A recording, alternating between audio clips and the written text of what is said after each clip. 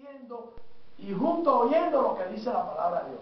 Hay mucha gente que dice, por ejemplo, cuando habla aquí de juzgar, y la palabra juzgar siempre trae, desde el punto de vista del contexto donde se use, desde el punto de vista de la semántica, siempre trae dificultad. Juzgar no es criticar. Juzgar no es criticar. Juzgar es cuando dice aquí, por ejemplo, en el versículo 3, el que no come, no juzga al que come. ¿Saben lo que dice la gente cuando llega a la iglesia y nos vemos solo en las comelatas, todo eso? Dice, esta gente no son cristianos. Por ejemplo, si un testigo anda por ahí y nos ve, dice, estos no son cristianos. ¿Qué quiere decir? Que no somos sabios. Quiere decir, nos está juzgando. Juzgar quiere decir, no tiene la salvación. Ahora, de hecho, lo que estamos diciendo aquí es una crítica constructiva, una crítica para el hermano que piensa que comer de todo es malo. La gente tiene problemas con la palabra crítica y la palabra juzgar. Si a ti te para la policía, déjame poner un ejemplo claro. Si te para la policía y te dice, esto es una zona de 30 millas por hora, usted iba a 60 millas por hora. Usted no le va a decir a la policía, a mí no me critique. O sea, ¿a quién se le ocurre decirle a la policía, no me critique? No, mire, el doctor lo ve, mira, eso que usted tiene es producto de que usted fuma. Ah, me está criticando, doctor. No, todo el mundo lo acepta. Exactamente eso es lo que hace la palabra de Dios.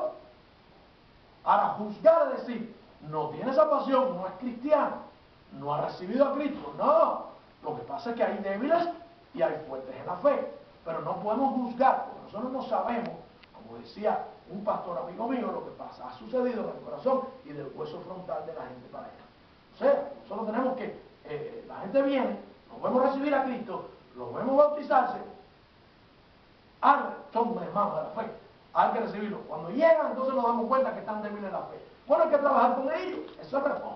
Para eso se es pastor, para eso se es maestro, para eso se tiene una iglesia, para edificarnos juntos y crecer y avanzar y salir de las dudas y salir de la debilidad espiritual y crecer todos juntos. En tercer lugar, estamos viendo la actitud ante la diferencia entre los creyentes.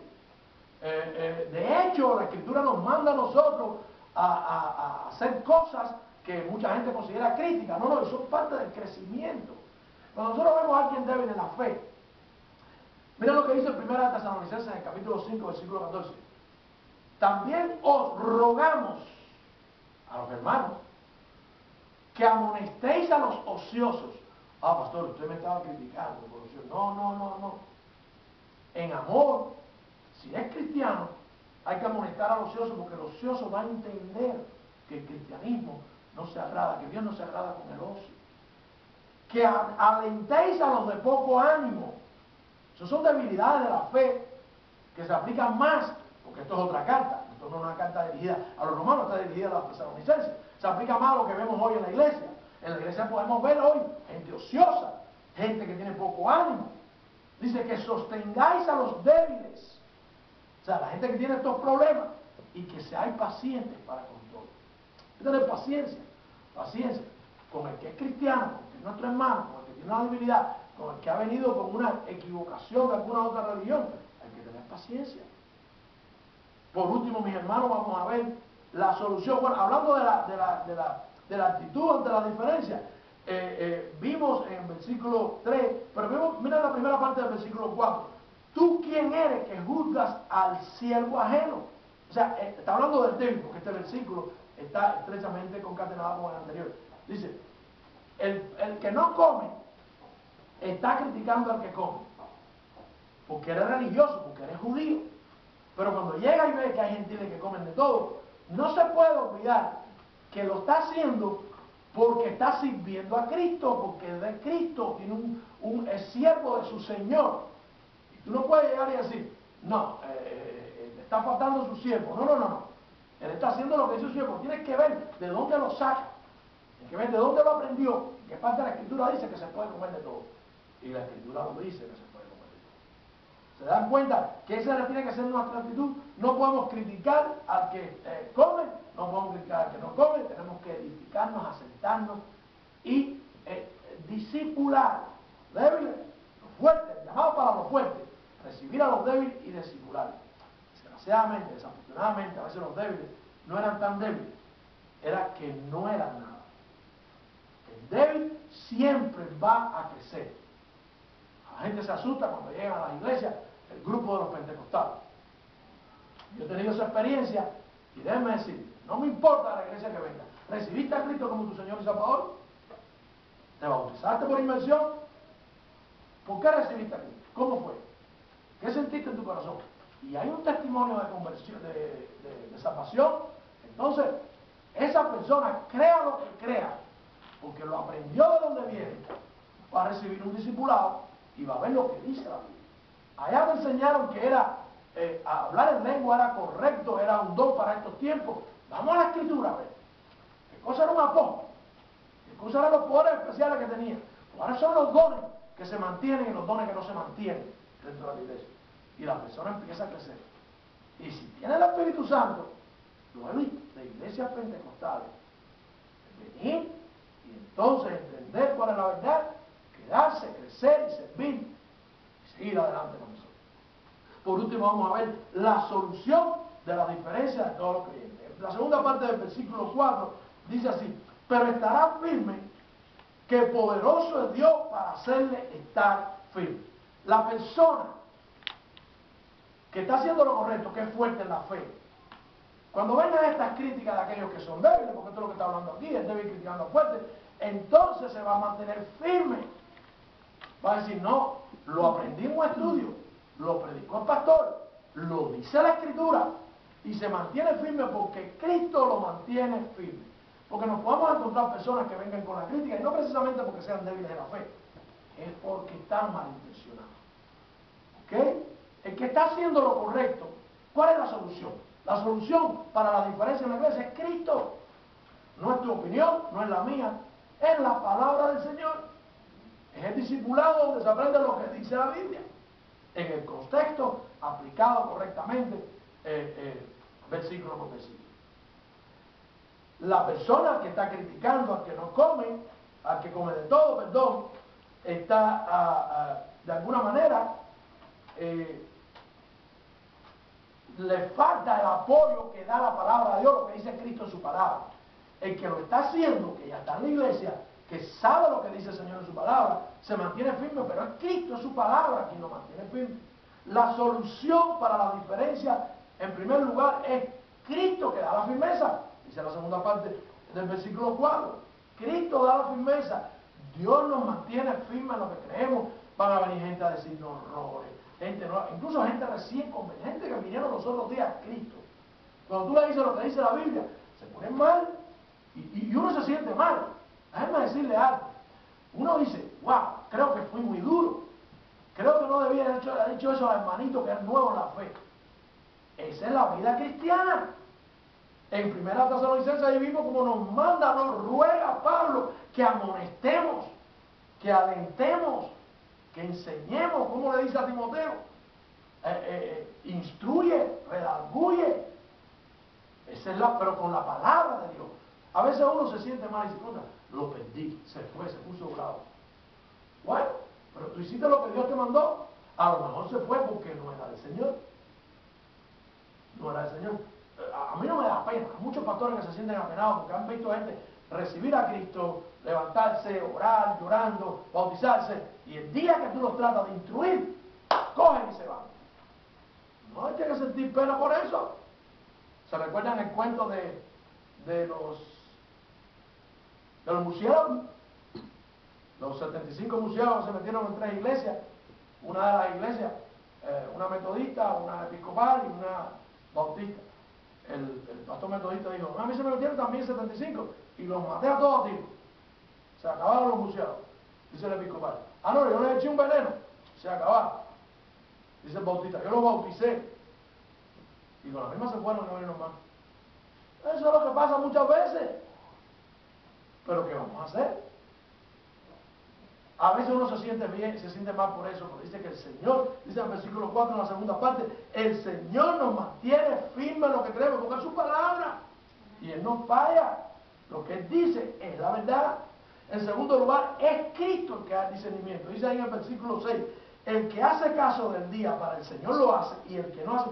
Porque hay un momento en el versículo 5, recuerden ustedes la primera parte del 5, donde también se nos habla de un caso específico. Uno hace diferencia entre un día y otro. Otro juzga iguales todos los días. Cada uno esté plenamente seguro en su propia mente. En su propia mente. En versículo 5, lo que encontramos es que las personas que hacen las cosas y las hacen para agradar a Dios, está correcto que lo hagan hasta que lleguen al punto en que encuentren que aunque lo hacían con buenas intenciones, está mal hecho. Está mal hecho. Pastor, eso fue lo que me enseñaron en mi iglesia. Ok, vamos a la Biblia. Ah, pastor, tú estás criticando a mi iglesia.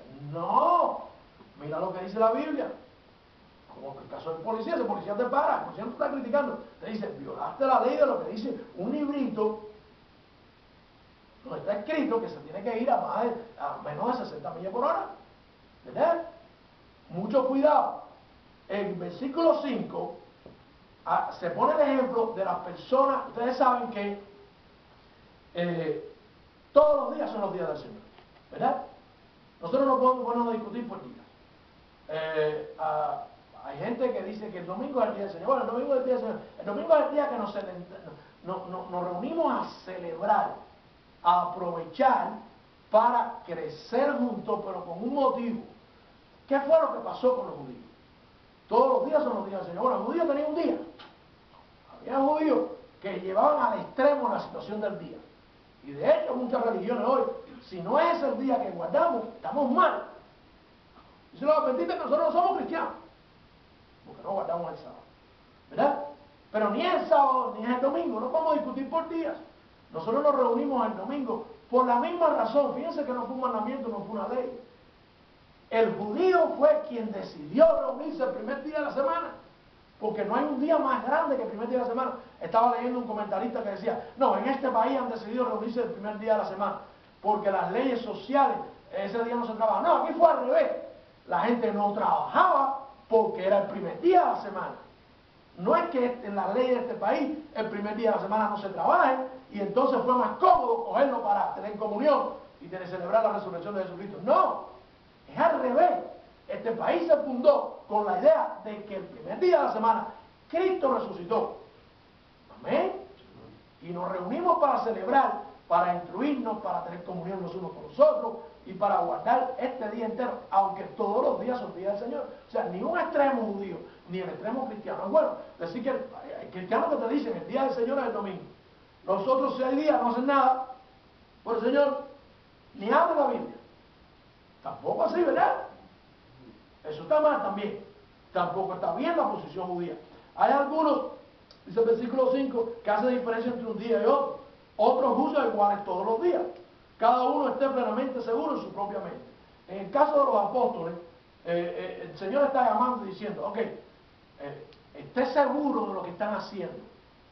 Cerciórense en su mente. Pero ¿cómo cambia la mente y cómo cambia el corazón de la gente? Oyendo la palabra de Dios. Cada uno esté seguro. O sea, la solución, el que da discernimiento. Ahí en el versículo 5 vemos que es Cristo. ¿Cómo estar seguro? La gente dice aquí, o la gente interpreta, porque quieren interpretar, no sé por qué. En el versículo 5, cada uno esté plenamente seguro en su propia mente. Que cada uno haga lo que quiera. Ah, no, pastor, yo no voy el domingo, yo me voy a reunir el sábado. Ah, no.